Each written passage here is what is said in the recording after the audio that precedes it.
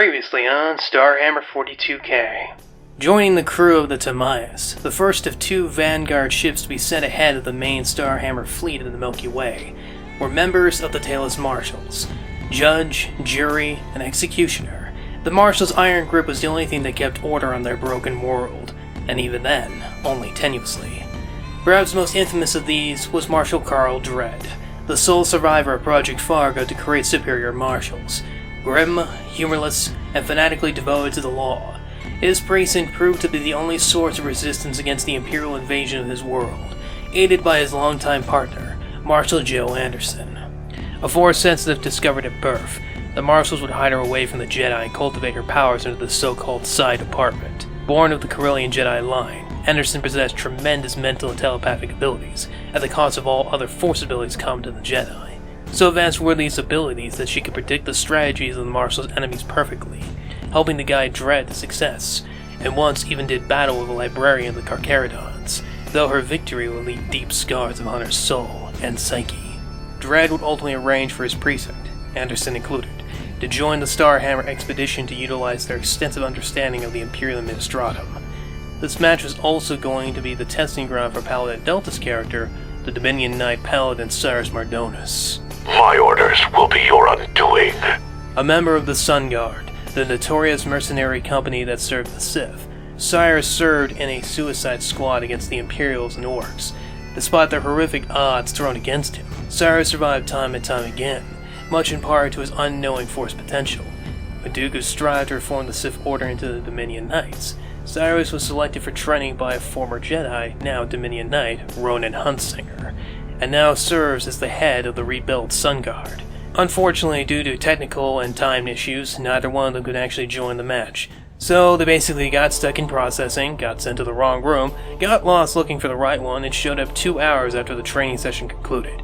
I suspect Niner just wanted Rookie to suffer. And considering what we faced off against, it doesn't surprise me. Did you miss me?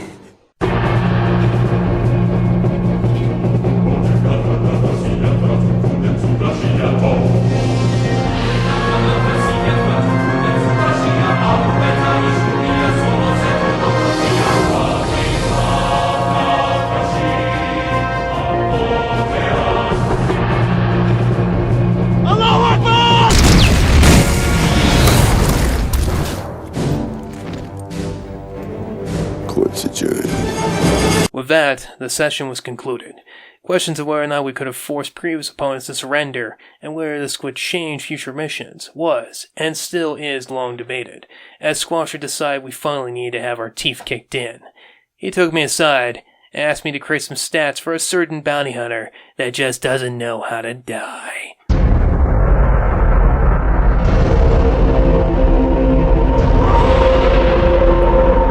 Following the unexpected and harrowing results of the last match, it was agreed upon by everyone that Niner was out to get them. Obi-Wan and Anakin were in on it, and that measures needed to be taken to ensure that what happened last time wouldn't happen again. To that end, Anderson charmed Rookie into finding out what their next training mission was going to be, revealing it to be the infamous bounty hunter and separatist commander, Durge, who had disappeared years prior fighting a Chaos scouting fleet consisting largely of Plague Marines.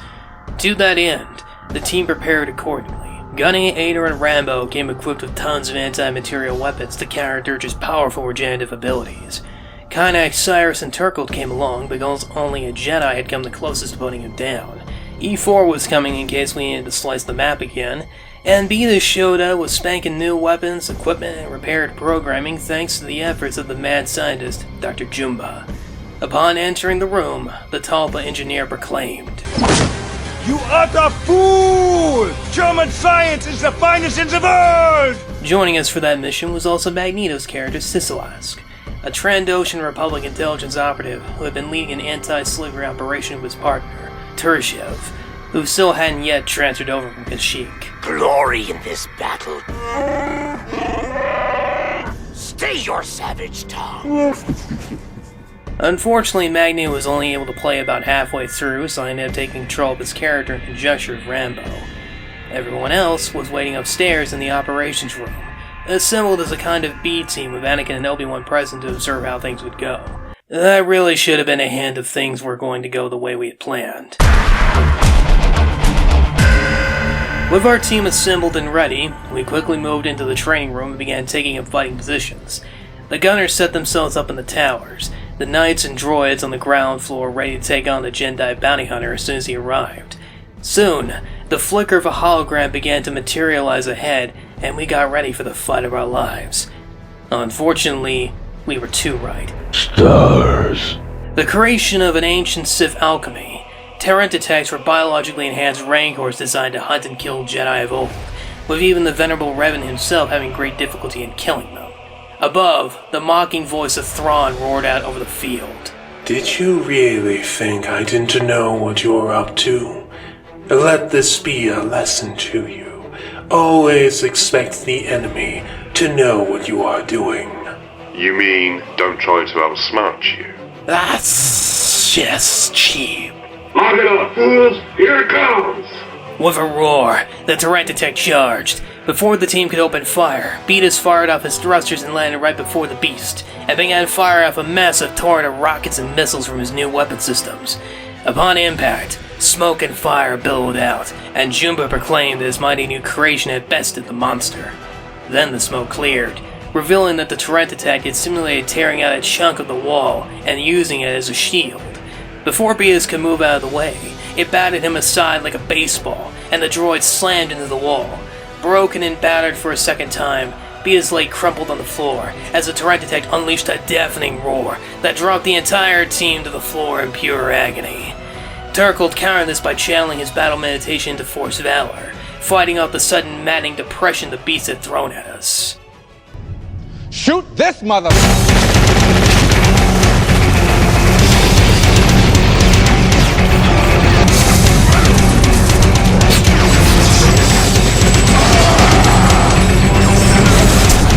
Unleashed a hellfire of blaster and disintegrator fire into the beast, but nothing we did seemed to even faze him as he slowly marched upon us. E4 rolled like hell over to Beatus and began pulling him away just shy of it swinging its piece of wall at him. Turkle and Cyrus began tearing their own chunks out of the floor, throwing them at the advancing rancors as cover slowly disintegrated, until suddenly it dropped into a ball and began rolling at us like a massive death. Turkle and Cyrus just barely managed to roll out of the way as it demolished a high piece of cover, throwing the knights to either side as it uncurled and began throwing great chunks of ferrocrete and steel at the force users. Seeing no other choice, Rambo loaded a white phosphorus grenade into his launcher, shined everyone else to take cover.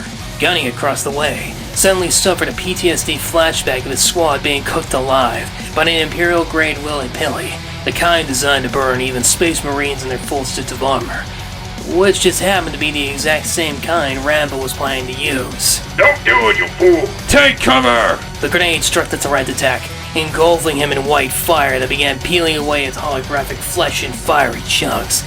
Unfortunately for us, we had badly underestimated both it and Thrawn's willingness to try and teach us a lesson. This was no mere Terrantatac, but a bold Terrantatac, which meant this damn thing was force sensitive, and instead of just killing the beast, the fire and pain drove it to call upon the dark side of the Force and utilize Force Rage, feeding off of the agonizing pain it was in. In short, this thing was the Hulk, and pissing it off just made it stronger. It tore more and more of the ground and threw it right at Rambo and Ayer's tower, causing it to fall over in a giant crash of metal. Ssylask and Gunny began shooting disintegrator and sniper shots into its exposed back, causing it to roar out in rage as Kanak and Cyrus attempted to charge him. Much like Beatus, though, they were batted aside and thrown across the room, with the Terrantatac now advancing on the second tower. The Force is with me, and I am one with the Force. All eyes went to the Jedi, who advanced slowly and methodically in prayer, the Sith monster glaring confusingly at him. Everyone shouted for the Jedi to take cover, only for the monster to raise its mighty hands and bring them crashing down upon the Jedi. Except, it didn't kill him. Because of his training under Plo Koon, and facing down many out of his league foes, Turkle's faith in the Force was through the roof, and as such, he had access to the rare Force ability called Oneness. If he rolled high enough with a D20, the Force would literally possess Turkle and grant him ungodly power. He rolled a 20. Okay, everyone's watching? I'm praying. Okay, rolling now. Oh god! Oh god! He did it! You. You actually did it, you crazy son of a bitch! This is okay, Jake. Yeah? Please make a video of this, and I want somehow the line is, this is the power of faith. You wanna know what I'm gonna use?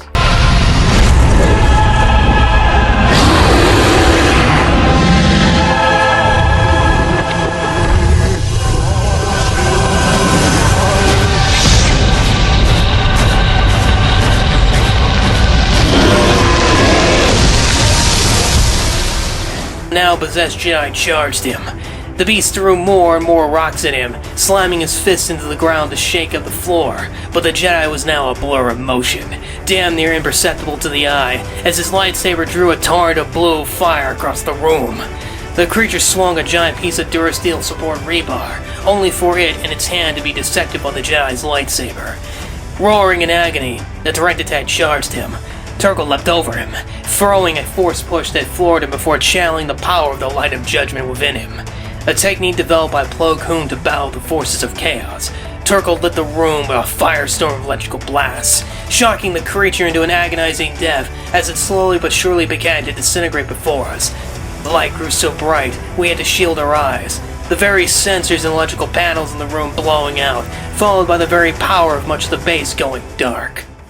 In the gloom stood the shimmering, glowing aura of the Jedi, who then collapsed to the floor unconscious. Minutes later he came to, with the power turning back on, and everyone crowded around him. Rambo himself desperately attempting to revive him before hugging him desperately. Indeed, that was pretty much the same reaction from literally everyone who had witnessed it. Any who had doubts about the power of the Force and its divinity were made true believers in that moment, with even Cyrus and Anderson, who had previously argued with Turkle about it earlier, shaken to their very core. However, not all of us were pleased. You stupid sports down shitty tail son of a Murdoch! Gunny grabbed Rambo and began yelling at him, telling him that his own stupidity nearly got him killed, and how he should know better than to use such monstrous weapons that couldn't have gotten them all incinerated. Rambo shouted back that he was trying to save Turkle, and Gunny retorted that he would have gotten them all killed regardless. With that, he stormed off, leaving Nair to explain what had happened to his last squad, and to just let him cool off. With that, the mission was concluded. Venus was carried out for repairs, this time with Rookie and E4 present to ensure Jumpa wouldn't attempt Naira's mad experiments.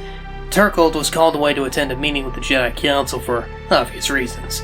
Rambo and Ader found themselves patrolling the jungle together, and Anderson excused herself to contemplate on what she had just witnessed.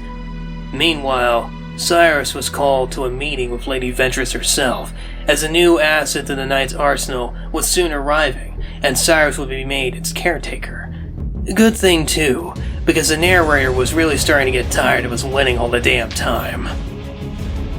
I am the hammer.